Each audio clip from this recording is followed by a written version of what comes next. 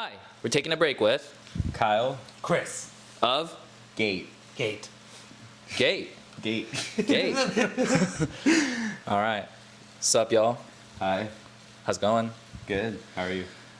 First of all, thanks for taking your time and doing this. Mm-hmm. Yeah, I know. Thanks for having us in your lovely apartment. That's right. We're in Long Beach, in my apartment. This is actually a first interview at my apartment. Nice. Yeah. Awesome. You guys came all the way over here because you're playing a show at the lovely Toxic Toast Records, correct? Mm-hmm. Yeah. And you guys excited for the show? Mm-hmm. Should be fun. Yeah. I mean, it's interesting because the first time I saw you guys was at Long Beach too. You remember that outdoor venue that was happening? Yeah, that was the first time you saw it. Yeah. At the that art was, gallery. That was an early show, so that makes sense, yeah. Where we had like 2 or 3 songs. Yeah. Yeah. Yeah. I was on that. Man, I was on Gayt early on. Yeah. Yeah. OG. Yeah, the OG. Yeah, I could tell my kids like, dude, I saw Gayt before the album came out. Yeah. You know. Yeah. The album took a while to come out. I feel like we played so many shows where we just didn't have anything. So it's cool to finally like have something to show people. Yeah. Yeah. Absolutely. I mean, yeah, it was definitely like a long time coming, but at the same time, I think because a good amount of people have seen you guys play at this point that like now like when it came out, it's like, oh, it's real, like what's actually happening, you know? So Yeah. it's super awesome. So Kyle, we've done interview together before. Mhm. And Yeah, first time was at my apartment. that's right. So this is like me doing this in return. It's like now it's at Yeah. my apartment. Yeah.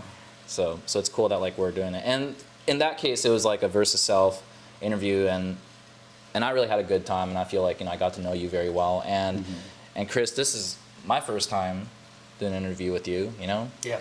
Yeah. So it's really cool. So if you guys don't know, Chris has a incredible solo project called Belted Sweater, and with you guys combined forces, it's Gayt. Mm-hmm. So I think it's really nice that you guys are playing together a lot. And I want to kind of start off with this. How did you guys meet? We met at a show. It was a Versus Self and Belted Sweater show. We played at C47 in Hesperia. Rest in peace. With Tolls and The Entry? The Entry. Yeah. Yeah. It was Okay. a super cool show. I really like Chris's set, and ended up like finding his music on Spotify and adding him on Instagram, and then through Spotify, I think it was through Spotify, it was like similar artists or whatever. I ended up finding another one of Chris's bands, another 2-piece math rock band called The Littlest Viking, and I messaged him, and I was like, oh shit, I didn't know you played in a math rock band, this is awesome. And then I think I was like, do you want to start another 2-piece math rock band or something? Why not? Yeah. Yeah. And it was just like that. Mm-hmm. Okay. Yeah. How was the first practice like when you guys got together? Did the song come out immediately, like ideas and shit? Before we got together, I think we were doing like sending recordings back and forth. Like Postal Service status. Yeah. We would always say Postal Service. So which one's Ben Gibbard then? Man, I don't know. I want to be Jenny Lewis in this scenario. Okay. Okay, yeah. I'll be Ben Gibbard. I guess I'm the one who sings. Yeah. So That's right. Yeah, vocals are in the band too. Okay, so you guys met at the show, got together for your first practice, and I'm assuming that went really well. And then around the time when I first saw you, like how long were you guys together as a band? Like was that already just a few months or? I can't remember when that show was, I don't to either. be honest. I think last year in June maybe, or something like that. Maybe like 2 years ago? Year and a half? It was last year. Okay. Yeah. So we might have already been a band for around a year-ish. Right. Maybe. Yeah, but at first our progress was very slow as far as like writing songs and getting ready to play shows and everything. Because especially like when we first started, I was still living in the high desert, Right. and that's where like the Postal Service thing came from, of just sending ideas back and forth. Okay. And then every once in a while, Chris would come to the desert, or I would go to LA. But now, we both live about 20 minutes ish from the practice space in opposite directions. So. Yeah. Much more convenient. Yeah. Yeah. Oh, that's so sick. So then, like, now, like, you guys could pretty much, like, practice and, like, kind of come up with, like, song ideas, like, anytime then. Yeah. Yeah. Okay. Yeah, because High Desert would have been, like, a pretty insane drive, I guess. Like, Yeah. Especially depending on it could be anywhere from like an hour and a half to 2.5 hours, depending on traffic. 2.5 is pretty extreme, but Yeah. I went to Victorville for the first time last year when I interviewed Widow Dusk. mm-hmm. And I was like, wow. This is a drive. This place Yeah. this place is really a desert. yeah, in every sense of the word, there's like nothing there. Yeah. Yeah. And after the interview, I decided to stop by and eat at the local Panda Express. Nice. Yeah. and that's how I ended my day in Victorville, basically. Yeah. So then, okay, so that's how you guys started. But like in terms of the name, Gayt, I remember in the last interview that we did together, the name, the Gayt, comes from like what, hiking, right? Was that the kind of the idea? Yeah. Right? So first it was like I had the idea of like Gayt, like just Gait, because it's kind of like someone's like walk, and it was, I don't know, I really like running and hiking, and it felt like rhythmic to me, so I liked that. And then Chris was like not sold on it, and he's like, "What if we make it gay?" It's kind of true, but I think there was already a band called Gayt. I don't think there. I think there is. Okay, maybe. I'm pretty sure there's already a band called Gayt, and we like, we should steal their name, and then I'm like, what if we just used a Y? Yeah.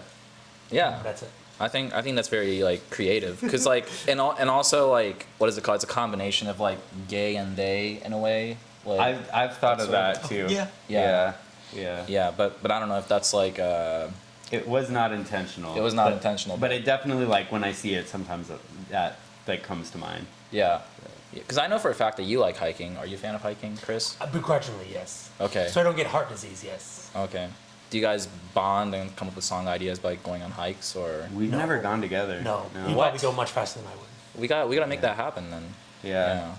I think I like to exercise like by myself, so I can just like sweat and go slow in solitude. You know what I mean? Yeah, And not have any judgments placed upon me. Yeah. You know? I'm not. Not that you would. I'm not judging. Not that you would. It's a me thing. Yeah. No, I get that. Well, maybe if there's like a future like Gayt music video, it'll be like you guys hiking, and it's kind of like there's like a whole story behind it. There's like a struggle, and you know, like a satisfying ending or something like that.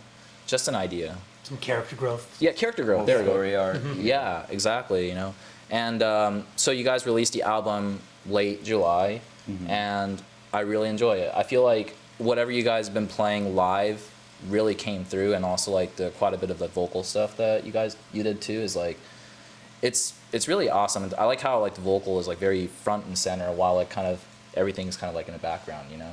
Yeah. Thank you. Yeah. Originally, like when you guys did put together this project, was vocal something that you guys had in mind, or was that sort of a afterthought? Yeah, definitely not. That was an afterthought for Okay. sure. At first, we were going to be an instrumental band, and then I had the idea of having vocals, but not even lyrics, just as like almost like having a synth pad, Yeah. just to fill more space. So I would just have like heavy chorus on my vocals, and like reverb and delay and octaves up and down, just to make it sound, you know, big and like synthy, I guess. Okay. Yeah, that was kind of the idea originally. I see.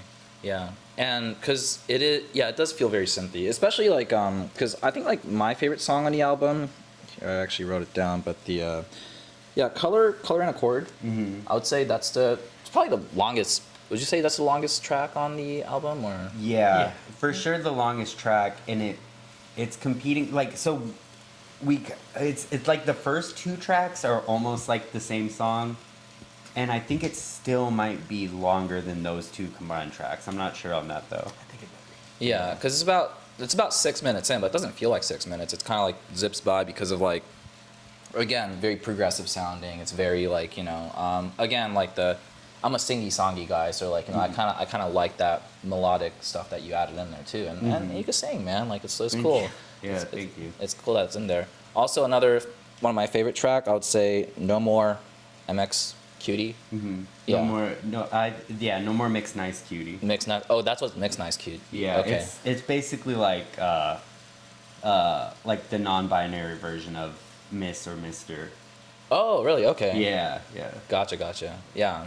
And so I like that one because actually I'm very familiar with hearing that riff. I think you played it on a video acoustically. And like when I heard it live, I was like, wait, it's kind of like, I don't know. I feel like I remember your riffs quite a bit. Like, yeah. Thank you. So it's kind of cool to like hear that, you know?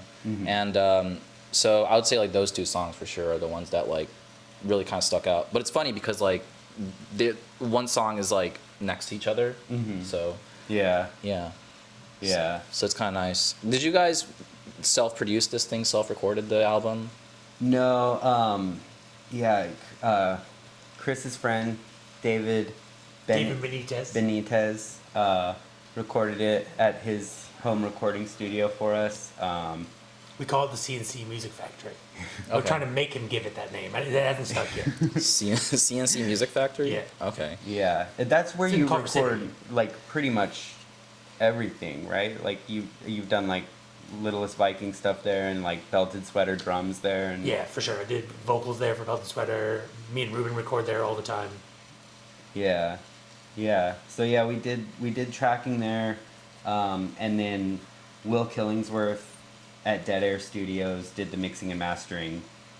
Also the guitarist of Orchid. Oh, no way, really? Yeah. So that was really cool. Yeah, I think he did like a great job. He was a little hesitant at first. That's I true. guess. He's like, wait, you're not a Scrams band. Yeah, Did you email the right person? Oh. Yeah, because we like sent references. You know, he like asked for references of kind of like Yeah. what we would want it to sort of sound like, and we sent him a few things. I think the main one that comes to mind is like we said like giraffes, and then like Two Nights. Yeah. Their album effing. Yeah. Terramellos, maybe? We might have had Terramellos in there, but yeah, he was like, a lot of this stuff is a lot cleaner than what I normally do. Usually it's a lot more like heavy and aggressive. Yeah. So he was kind of like, You I don't sure? know. Yeah, are you sure? And then he did send something over that was like in the same vein as what we're doing, and it sounded great. So Okay. yeah, Well, how did you guys get in touch with him? just through his We just his emailed. website. Yeah, we just yeah, emailed. yeah.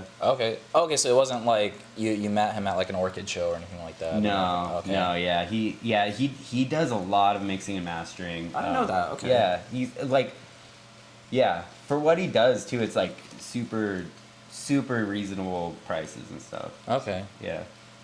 Damn, okay. So I wonder if that was like his first experience with math rock stuff then, in general. I don't think so, because I think the thing that he sent us, I think pretty it was pretty mathy. Yeah. Okay. Yeah. Yeah. But- So he's done it before. Okay. But yeah, it was fun. It was cool working with him. Super nice. We had I thought he was gonna get annoyed with the amount of like edits and suggestions we had. Not once. It was super nice. Yeah. Super responsive. For all of our little nitpicks. Yeah. Yeah, I mean, especially coming from a band as legendary as Orchid too, like, you know, kind of do something like that. I think that's pretty cool. Yeah. Yeah. Totally. So you'll put like a 5-star in like the review then. like Yeah, that. Yeah. definitely. On his Yelp page. On his Yelp page. Yeah. Yeah. When you guys got together and when you were crafting songs, were there like any certain bands that kind of helped you guys like connect? Like, I don't know, were there like certain bands that you guys talked about a lot? Because I know that Kyle, you're a fan of math rock and in general, but like, have you always been a fan of math rock as well, Chris? Like, has that been your thing? For sure. Like, definitely most of my bands besides Belted Sweater are two-piece math rock bands. Okay. Yeah. So, it's well-trodden territory for me. Yeah. And even Belted Sweater is a Don Caballero song title. That's right. Yeah. Outed. So Yeah. Yeah, it's a Don Caballero like references. Yeah. yeah. Yeah. Are there any like I don't know, are there any like math rock album recommendations that you guys have in mind by any chance? Oh, that's the thing where it's like all of a sudden every album in the world has left my mind. It's all As soon as just you're blank. asked about it, you're like, oh, I don't know. 2112 Rush. Yeah. That's it's prog, it's math, yeah, in a way. Yeah, I'd say, I mean, like, Ghosts and Vodka, Addicts and Drunks is one of my favorites for sure. Yeah. Definitely a way different vein than what we do. I think closer to kind of our lane, but probably a lot, I don't know, more than what we're doing is like Giraffes. Okay. Yeah. What's their... I can't remember what the album's called. Something more skin with milk mouth or something like that. Something like that. It's called something like that. I don't know. Okay. Or Super Bass is really good. Yeah. Would you say Disheveled Cuss? Like, Yeah, or I don't Techno know stuff? I don't know if I would consider Disheveled Cuss math rock, but I do love it. It's great. Maybe a little more just like straight rock. Yeah, I mean, it's, yeah. I would definitely check out Disheveled Cuss if you haven't heard it before. And yeah, Terra Mellos, yeah, super amazing. I feel like people tend to like their like earlier stuff more. Yeah. Which is great, but I think like even once they started with the vocals and everything, like their whole catalog is amazing. So Yeah. can't really go wrong. I mean, Nick Reinhardt is like pretty insane when it Yeah. comes to guitar work, and like, you know, I didn't know that like he also played guitar with Death Grips, like, and he went on tour with them and stuff like that. Yeah, for like live stuff. Yeah. Yeah. Do you guys have any like plans now in terms of like now that the album is out and everything? Like, do you guys have any plans for like tour to kind of promote the stuff? I know that for a fact that you guys play a lot of shows in general, but like anything exciting like that happening? We were talking about on the drive here actually, like trying to set up like a weekend thing. A weekend bender. Yeah. Yeah, so we have like a rough sketch of a route in our mind. Yeah. We just need to kind of like reach out to people. But yeah, we definitely would want to tour more and stuff. So I think now that the album's out, it'd be a little easier to make that happen. Like we've done one tour with our friends in Velcro Wallets. Yeah. Okay. Yeah, that's basically it so far. Yeah. I feel like Velcro Wallets is like what is it called? They're a very eccentric band in a way. Yeah, Yeah. it's hard to pin them down. They're very like genre bending. Very proggy in a way, kind of in a way. Yeah. Stuff like that. You know. great band. Great band. Yeah, definitely. Super good live band. Like their energy live is crazy. The whole time we were watching them, a lot of times I'm like worried for their equipment. It looks like everything is about to break. Keyboard stand's about to fall down. Keyboard stands about to fall over. The synths are gonna end up on the floor. Damien's jumping around everywhere. Like any minute now, he's gonna just stomp on something. And, Yeah. I don't know. Yeah. I remember when we played with them. This was a couple of years back, but when we played with them, just the amount of like instruments they got, and like, you know, it was not a minimal setup. Like, you know, it was like, yeah. Yeah. So try touring with them. We had a big Multiple van. keyboards. We had a big van, and it was like stuffed full of gear. Yeah. Yeah. So Nobody lost anything. not that I don't think know so. of. I don't think so. No. Yeah, okay. Yeah. I would assume that like if you have that much equipment, then like you just kind of like forget all of a sudden, or like, Yeah. yeah. It would be very easy to just like, there's so much stuff that just one backpack you forget to get, you know. Yeah, definitely. Is it cool if we talk a little bit about Belted Sweater? Yeah, since Chris is here, I want to ask You can about say it. no, it's fine. Actually, can we, Actually, can we skip that? Can we just talk about me? Yeah. Just talk about my stuff. Yeah, that's totally fine. Like, you know, yeah. In the next shot, it's like completely it's like Blurred out. blurred out. Yeah, it's like the frame just kind of goes like this. I mean, it could be done, but I mean, it's cool because like the fact is, I was listening to quite a bit of like Belted Sweater like this last few weeks too, and it does like really come through in Gayt stuff. So I feel like it should be like mentioned, you know. And it's just so incredible the fact that like, what is it, like the synth stuff that like you add in is it that you add in the tracks? Like, is that something that you do as well, or For Gayt? for Belt to Sweater? Oh, for Belt Sweater, yeah. For Belt Sweater, I did everything. Okay. Except there's one song, Kyle and I got a bunch of my friends to do backup, like shouting vocals. Yeah. And so they did, so that it was like me plus a bunch of friends on background vocals. Okay. Gotcha. And Kyle, like, you put out Belted Sweater stuff through Self-Versed. Yeah. Was that like something that you had in mind originally? Like, hey, as soon as you have your album out, I'll put your shit out. Like, was that like that?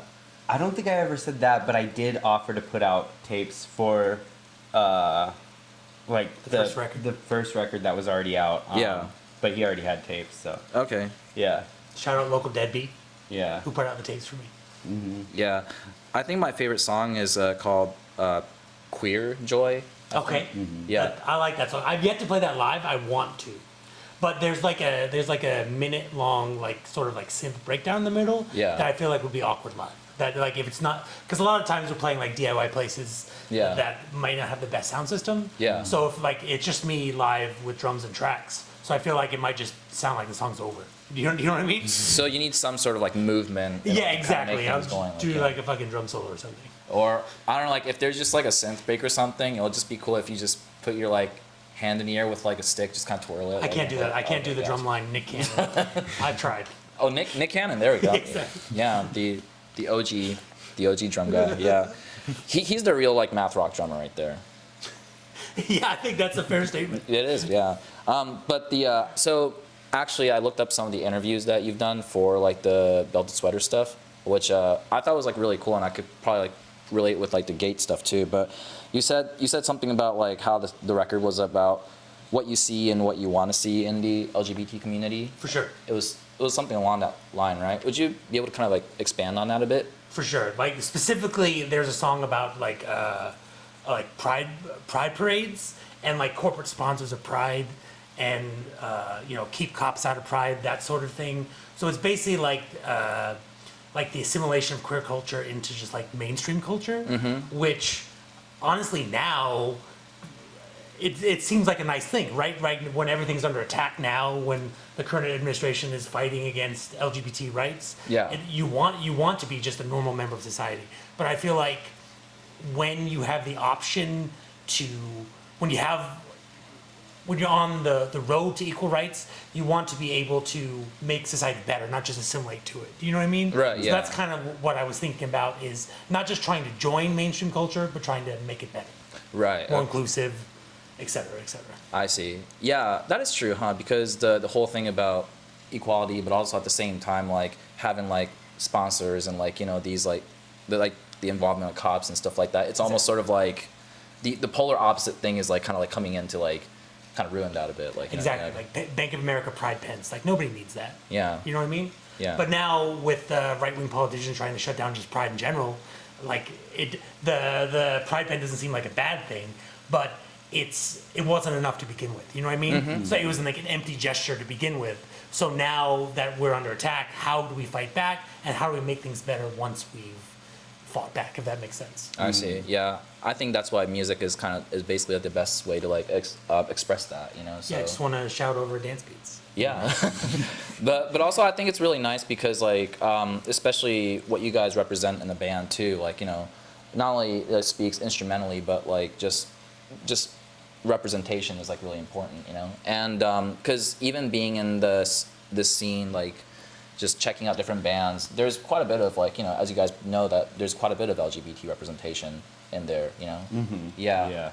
Would you say yeah? Because like I'll say like a lot of bands, like even the scram scene is pretty much that. Oh don't you yeah, think? it's funny because like it doesn't happen a ton, but it has happened in the past where like on Instagram I'll get like hateful DMs and stuff, and I'm like, how it's like, I always feel like it's like, how are you gonna be a fan of screamo music and bigoted, Right, like, yeah. or especially towards like queer people, because it's like at least half of the bands you listen to are queer. Oh yeah. It's like you're it just doesn't make sense. Yeah, true. It's a very common thing, and then yet it's like, what? Like, why would you even like say stuff like that? Yeah. Yeah.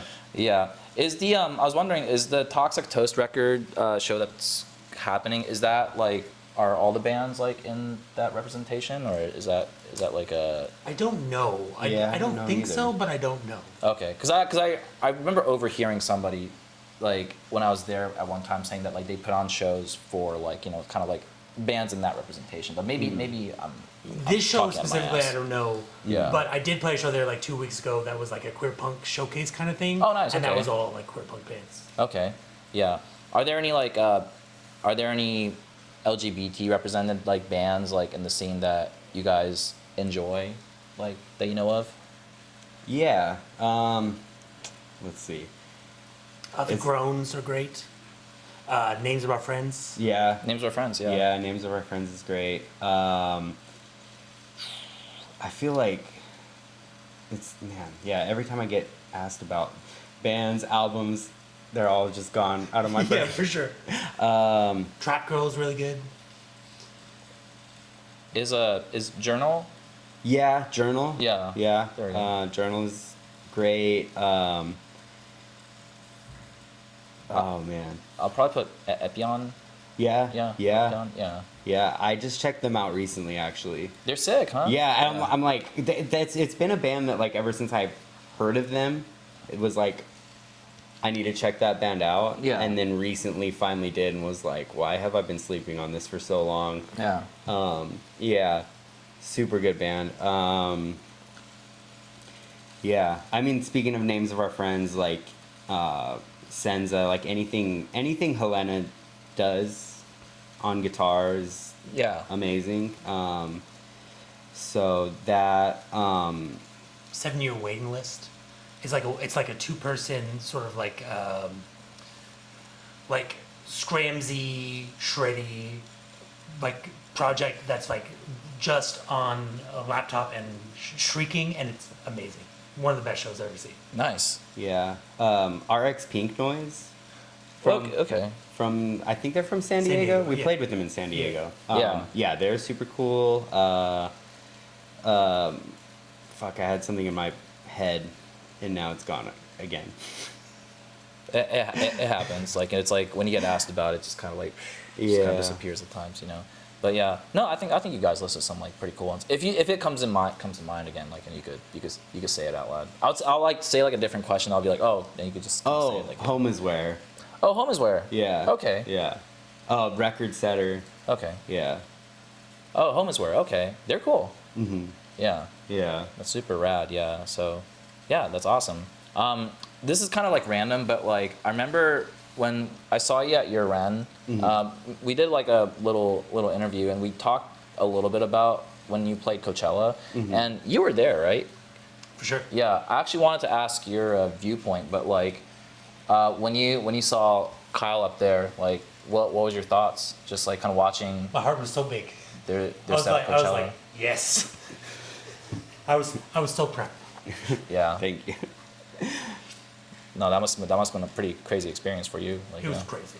Yeah. Did you guys like did you guys hang out at the rest of the festival, or like afterwards or anything? Like did you guys attend all 3 days? We saw Missy Elliott. Yeah, we hung out a lot like the first day. That's basically yeah.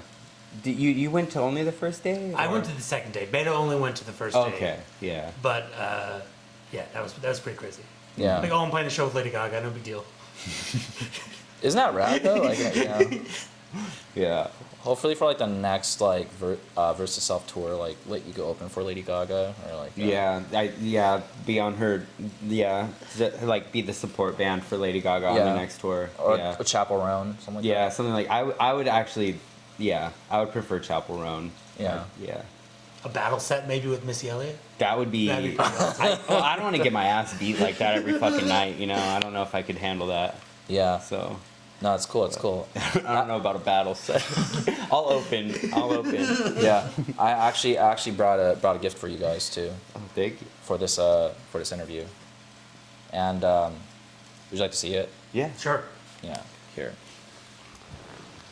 If you guys own this record already, then like then you guys could like toss it or something. But, Just like, sell on Discogs. yeah, still on Discogs. Toss it like they're shaped like frisbees for a reason. Well, there's a balcony right there. Like, you know. And wait, what? I'll just like stand on like the other side and like you guys could try throwing it to me and see if I could catch it.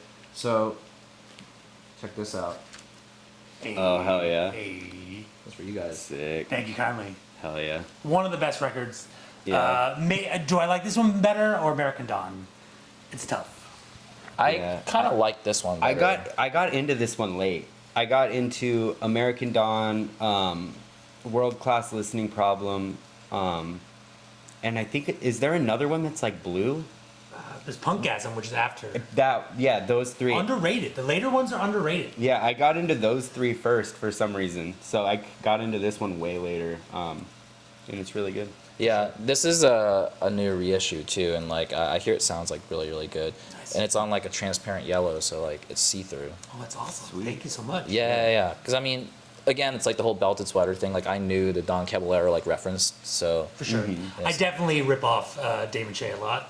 Like I used to have the high snare off to the right on the drum kit. Yeah. Like right by the floor tom and kind of ride on the high pitched snare. yeah. But then I was like, that's too much like Damon Shea, so I got rid of it. But I still have rotor toms like him.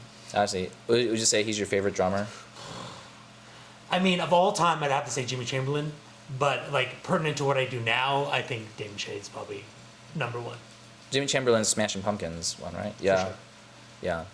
Kyle, are you a fan of Smashing Pumpkins? Mm-hmm. Okay. Yeah. I made them say that. No, The interview would be over. If they didn't. Cut. Now. Yeah, I think yeah, the drummers for both of my bands would be very mad at me if I said no. Oh, I for real? think Okay. Frankie would be like, "What the fuck," too. Okay. Yeah. Yeah. I mean, they're goated in a way, like, yeah. I mean, Billy's ridiculous, but Jimmy's amazing. Yeah. I don't know if you ever watched any of his podcasts that he's been recently doing, but it's kind of like, if you look at the comment section, like, you could tell, but like a lot of it's like, we're learning more about Billy Corgan than like the actual artist. What a surprise. Billy Corgan talks about himself rather than interviewing Yeah. Pat Benatar or Gene Simmons or whoever's on those things. Yeah. So like, it's kind of like, it's just so much glazing, the fact that I'm like, oh wow, it's like I'm learning more about you, and more than anything. Like, That sounds yeah. right. That's up his alley, for sure. Yeah. So that's what's up. We brought you also some gifts Oh my that gosh. are tape and CD, and then I know that you're a fan of post rock, so I brought you the Punxsutawney tape as well. Dude, what's post rock? Yeah, I don't know. I think it's a made up genre that just means you don't know how to sing or something like that. Yeah. But yeah, I fucks with Punxsutawney, man. Like, these guys are super sick. And thank you so much. Like, I'm actually glad that like you brought the CD too. CDs are coming back. Mm-hmm. Yeah. Yeah. In you guys' experience, like, what gets sold more at the merch booth, CD or cassettes? We've had those for one One show, show. Oh. and I think about split. it was about split. Okay. I know recently for Versus Self, it was like CDs have been far outselling tapes. Really, for Versus Self, CD's been outselling tapes? Yeah. That's interesting. Yeah. Yeah. Yeah, because I know like before that, it seemed like everyone wanted tapes and stuff. But yeah, now I think it's like, I think there's just a whole thing now of people like getting back into physical media Yeah. as an actual form of like listening to things rather than just like collecting it. So even though tapes maybe are like a little bit cooler and like even more of a dead format, Yeah. CDs are for sure, like if you're actually looking for something to listen to, CDs are probably like way more convenient. Yeah, no, I could see that. That's so interesting though. That CD's been outselling like the cassettes in general. Mhm. I think you could just pop it into the car or something like that, or Right. like, Mhm. and I think that's what it Yeah. is. You guys have any shirts at the moment, or? Yeah, we have shirts. We've had them for a while. Do we have shirts? Yeah, they're for actually No More Mixed Nice Cutie. Oh, really? Okay. Mhm. Yeah. Oh, is it the one with like? I think I've seen the design before, like the. Yeah, it's like a purple graphic. Yeah, it's just No More Mixed Nice Cutie on it. Okay. Yeah.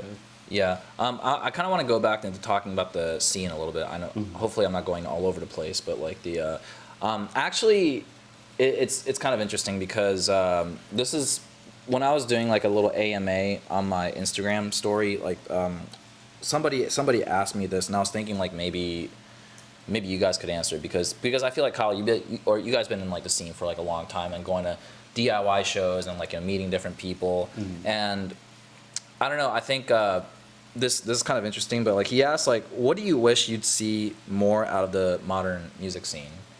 And I feel like the reason why I asked that is because like, especially like us being like a little bit older in the scene, you know, kind of like sometimes like you get to see like a lot of different bands kind of like coming in and out, and of course like, you know, maybe certain things that you want to see could depend on like maybe it could be like more of different type of style of music that you want to come in, or maybe like you want this shit to be out of there, or you know what I mean, like, you know, what's is there, do you have any certain perspective on that? Because I feel like it's not something that we've really discussed before as much as like we usually talk about bands, but in terms of like a scene as a whole, like is there certain things that you want to see in the future by any chance?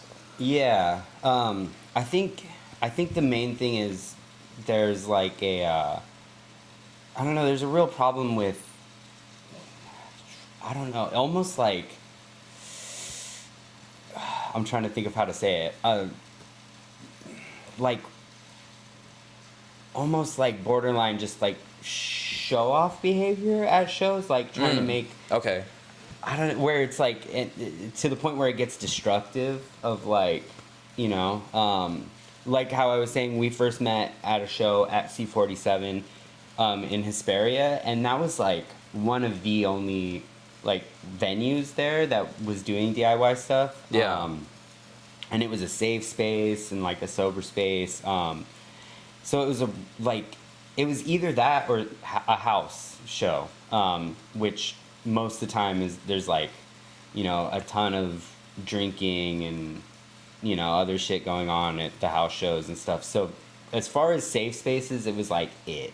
Right. And yeah, like people got too crazy at a few shows. And then especially there was like the last show that they had there was because, you know, someone started wrecking stuff and like stole a fire extinguisher and was like like graffiti all over neighboring businesses, because it was like the people who run it like used it during the day for recording and stuff. And there's neighboring businesses. It was just like, you know, part of a little like warehouse group of building thing. I don't know, but yeah, they like fucked it up because they thought they were being funny or cool, or like, you know, you just see like people just trashing venues, getting egged on by the bands, or yeah, I think that type of stuff I want to see go for sure. Yeah, it's just like, I don't know, it's more and more venues go away all the time because of shit like that, and especially at a time like right now, having a space like that where everyone can get together and like, you know, express themselves and just, you know, have a like really good channel for catharsis and getting everything out and like meeting people and sense of community is like so important. And you know, if we just continue abusing spaces like that, we're not gonna have a space, like there's gonna be nowhere to do that. Yeah, I think I saw, so when you say show off behavior, it's like really causing destruction within like the site, like, you know, it's basically like, it's not necessarily like being showboaty or whatever. No, that if that was the case, then Gayt would be the first band out. Like, I'm always, I don't know, I borderline hate all the riffs I wrote because I feel like I wrote them all at like the very absolute limit of like what I can do. Yeah. So they're just so hard to play. And it's like I have to practice so much, or it's just like it could be a complete disaster.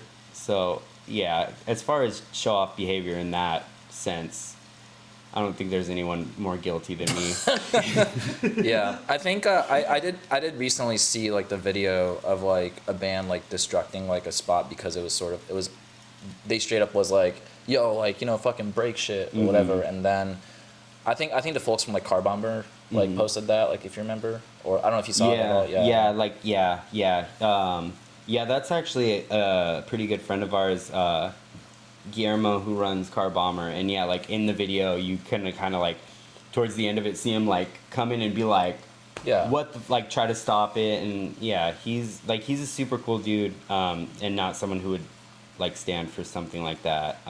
Will not encourage that kind of thing either. Yeah. So like, yeah, I think, you know, we need more people like that who are like gonna stand up when they see stuff and try to do something about it. And yeah, I mean, a lot of that I think just comes from people being young and caring more about looking cool and stuff than actually, you know, understanding how much of a responsibility it is to even be part of a DIY scene. Mm-hmm. Because like everyone at the show is part of the show. Yeah. So it's like up to everyone to take care of like venues and each other and this, you know, the scene as a whole. And what sucks is that like when these like venues like start to disappear one by one, and let's say like if somebody goes and asks like, hey, like, you know, we want this space to be for like a DIY, what do you think? Then of course the space owner would be like, well, I saw the other one got destructed. Is this going to happen to my spot? Like, you know, yeah. So My insurance premium is gonna be through the roof. yeah. So I don't know. Would you say the same thing too? Is that what you like to see? Yeah. Like some of my favorite shows that I've been to and played have been like DIY all ages places, like the Shea Cafe in San Diego. Yeah. So like protecting those places is so important. Yeah, and you'll even see backlash when those places start to do things to try to protect themselves, like Like a no moshing rule or something. yeah, like a no moshing rule, like the Haven started having a no moshing rule that's like posted big up on the wall, and like honestly, I feel like if not everyone who works there, almost everyone who works there hates that that's up there. Yeah. And they absolutely are. Like, I don't have any affiliation with them. Yeah. So I don't think it's legally a problem for me to say I don't think that they would enforce that at all. Right. Like, it's up there so they don't get sued. Right. They're trying to protect themselves from not closing down. And like the Haven is a venue that, you know, like I played at so many times. They'll let basically anyone throw a show there. Yeah.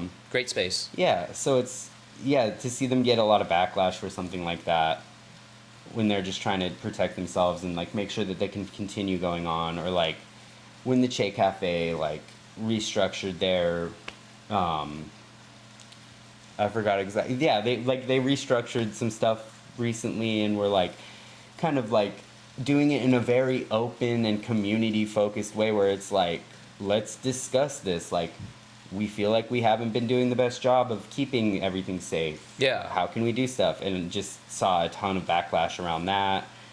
And I don't know. It's kind of disappointing sometimes because it's like, yeah, these spaces are always there for you, but if you're not going to take care of them, they're going to have to do what they have to do in order to take care of themselves. Yeah. Funny thing is, in LA, as big as a city as it is, like there's not many spots to play, you know. So that's like the crazy part. Yeah. Especially all ages.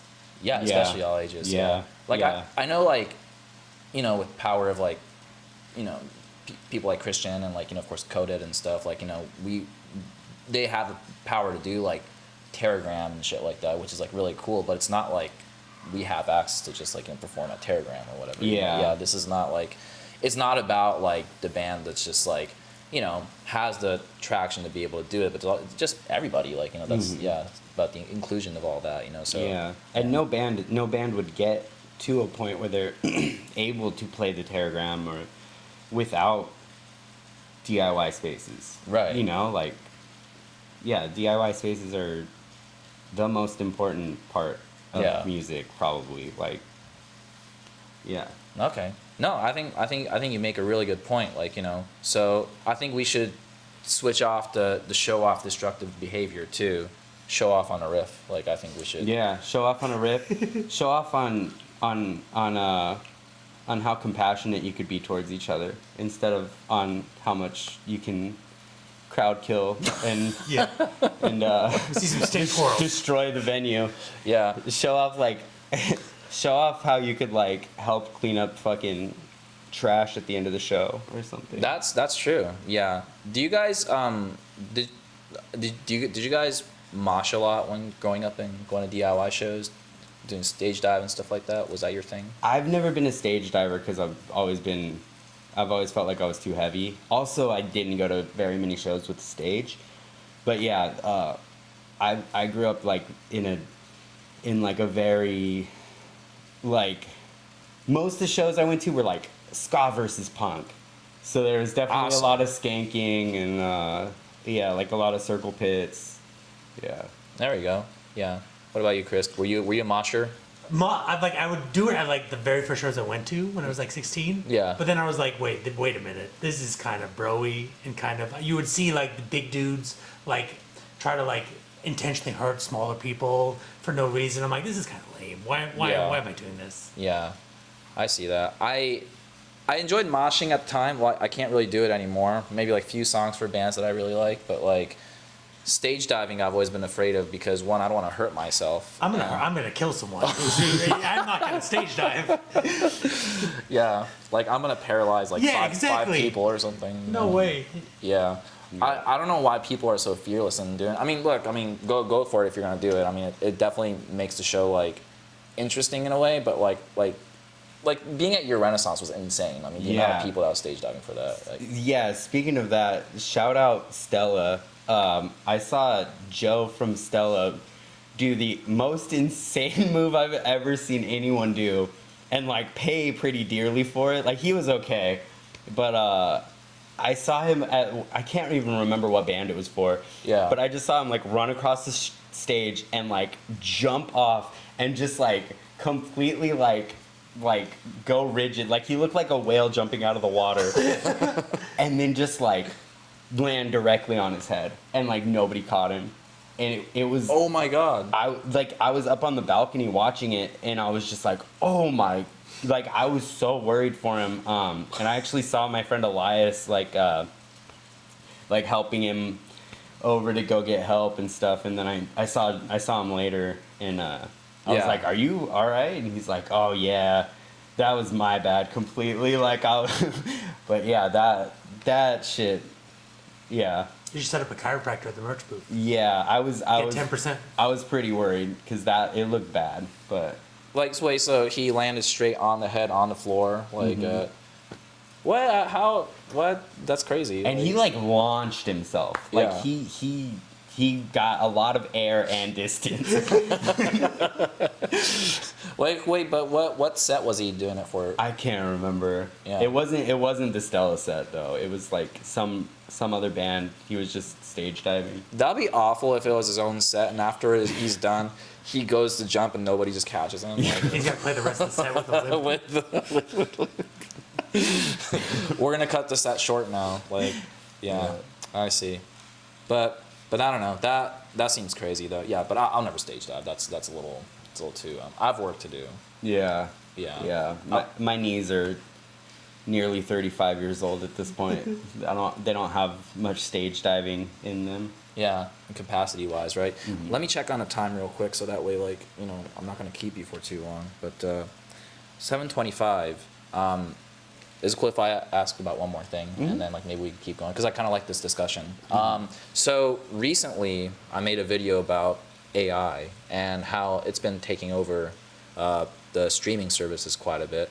And what's scary about it is the fact that like it could be like certain companies creating these like AI generated bands that's like modeled after, I don't know, Kings of Leon or the Beatles or whoever, and then like they'll start releasing like these music, you know. But then the problem is, like, let's say if somebody's listening to certain bands and if it comes on in shuffle or like certain radio, you'll never know, and they just end up becoming a fan of this like robot made like music, and they basically divert streaming away from other artists, basically, essentially. Yeah. I don't know if you've heard of like bands like Velvet Sundown or like those things, but like but they essentially be like making these like albums, and yeah, it's like they have like close to like 700,000 monthly listeners or something crazy like that, you know? Yeah. So I don't know. Yeah, I don't know if it was something that you guys were like familiar with, but like But overall, like, do you guys have any like thoughts on or any opinions on like AI in music in general?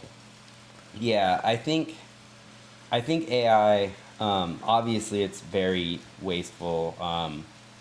It like is a huge user of resources, water. Right, that's right. Yeah, AI, Yeah, it's yeah, it should not be used for most things it's being used for. I think like I've heard from a few people that it like is hugely beneficial in certain ways, like mostly education. Yeah. It's like helping to lower illiteracy rates and stuff. Like I think there are certain applications that if it was only being used for that, it wouldn't be so wasteful. It wouldn't be using so many resources. It's the fact that it is being used for shit like that. Like I don't know. It's like how did we end up in the future where yeah, like I'm sure people have seen this meme, but it's so true where it's like the robots are doing all the creative work and we're stuck doing the labor. Right. Like how the fuck did we end up in that? That's like the worst way I could have gone. This is the worst timeline. Yeah. Yeah, but I mean, you know, it's like why are there robots making art? Yeah. There's plenty of humans who make way better art than AI is ever gonna make. And yeah, it's just being wasteful with all these resources for something that doesn't need to exist, doesn't need to happen. And then just people like using it to do their homework or, you know, like doing like when you do your prompts for AI or whatever, if you're not specific enough and then you have to ask it over like to revise and revise and revise, every time you do that, it's wasting more and more resources. Yeah. So, yeah, I think, you know, I feel like I see a lot of just like straight AI hate, like, yeah, like it should never be used for anything ever. And I get where people are coming from with that, but I feel like it should just be very, very limited to the things that are actually very helpful and useful and beneficial to society and humanity. Like if it's something a human can't do, Yeah. then it makes sense. Yeah. Yeah. If you're taking away jobs from artists, from anyone, it's, Yeah. Yeah. Or just using it to like create porn or like this, you know, like just stupid shit, like just any sort of. It's like why? Yeah. Like, it. Yeah. I don't know. It's just wasteful. That's what I thought. Like when it was first coming up, and like when we have the ability to use it, I was like, it's gonna be used for like the most senseless shit. Like you know, basically, yeah. Like you said, the porn stuff. Like I would say it's like probably primarily that like it's out there. Yeah. I mean, I feel like anything internet related, it's like people are gonna try to find a way to make it porn. Yeah. Put your face on whoever, and then it's like, oh, you did that, did you? Like, you know, yeah.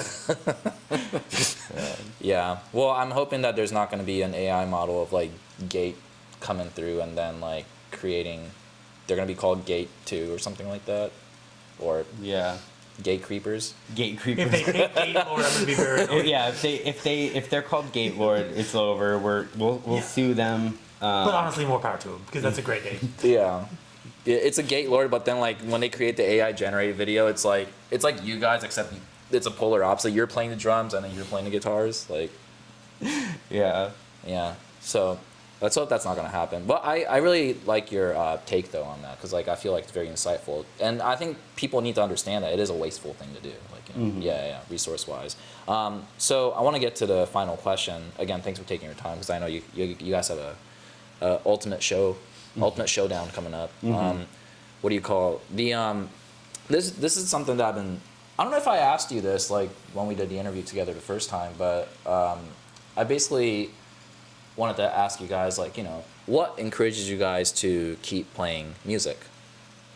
Because this could be a different answer for everybody, and maybe it could be like, I don't know, when you start to see like fans come out to shows, like, you know, or maybe if you see some like spikes in the number of plays on your streaming, or people coming up to say encouraging words? I don't know. Like maybe everybody have different reasoning, but like, you know, is there any certain reason why you guys continue to play music? Like what encourages you to do that? You want to go first? For me, it's just seeing what else I can do. You know what I mean? What else I can come up with, and or things that I want to hear that I haven't heard yet. Yeah. Whether it's just a drum part or a synth part or whatever, it's something that I haven't heard that I want to hear. Okay. Yeah, I would say yeah. Like for me, it's just I've always done it. I'm always going to do it. It's just like something that I don't know. It's just like a part of who I am and how I express myself and how I get things out that I need to get out. And yeah, it's for me. It's definitely never been about like the you know, people coming out to shows or anything like that.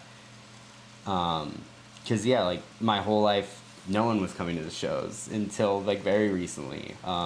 No one listened to anything that I ever did. So yeah, if that was a motivator, I would have stopped playing music like a long time ago. Right. Yeah. Yeah, it's all just it's more like just I don't know. It's like the probably like the only real consistent part of my life is playing music. Yeah. I think especially with you guys like combined together, you guys come up with like so many different parts for your songs. So yeah, I'm really excited to see what you guys are gonna come up with next. And I'm pretty sure for you guys it's something to look forward to, right? Like, you know, just to keep coming up with like new parts and be like, bro, that was fucking dope. Like Yeah. Yeah. I had this ridiculous drum part. Now you just have to write a guitar part to it, or vice versa. Yeah. Yeah. Yeah. Yeah, we have a pretty cool idea that we're working on right now that it's so early that I'm not gonna like really say anything about it, cause Top secret. just because I feel like if it takes another fucking 2 years for it to It come might. out, and then we're like already talking about it, I don't know. We're working on something that I'm really excited about. That I think it kind of like plays into what you're saying of like I don't know. Yeah. Like, what is this musically, like, or visually, or like? Is Yeah, it, musically. Yeah. okay, gotcha. Yeah, we're already working on the next release. And yeah, it's gonna be something different. And Okay. I think it's gonna be really fun and cool. Okay. Well, damn, dude. Well, I'm looking forward to all of that then. Yeah. Well, once again, thank you so much for the gifts. Like, you know, I'm really excited to put this on. Got Yeah, a thank you. cassette machine right there. And now I have to get one of those like sharper image like CD tower thing, and then like The book. the book. Yeah, I have to get one of those so I can start collecting CDs again. But either way, don't forget to follow Gayt on Instagram, and don't forget to follow TakeBreakKazu on TikTok, Instagram, as well as YouTube. And yeah, I hope you enjoyed this conversation. Please subscribe and have a good night. Later. Thanks. Bye.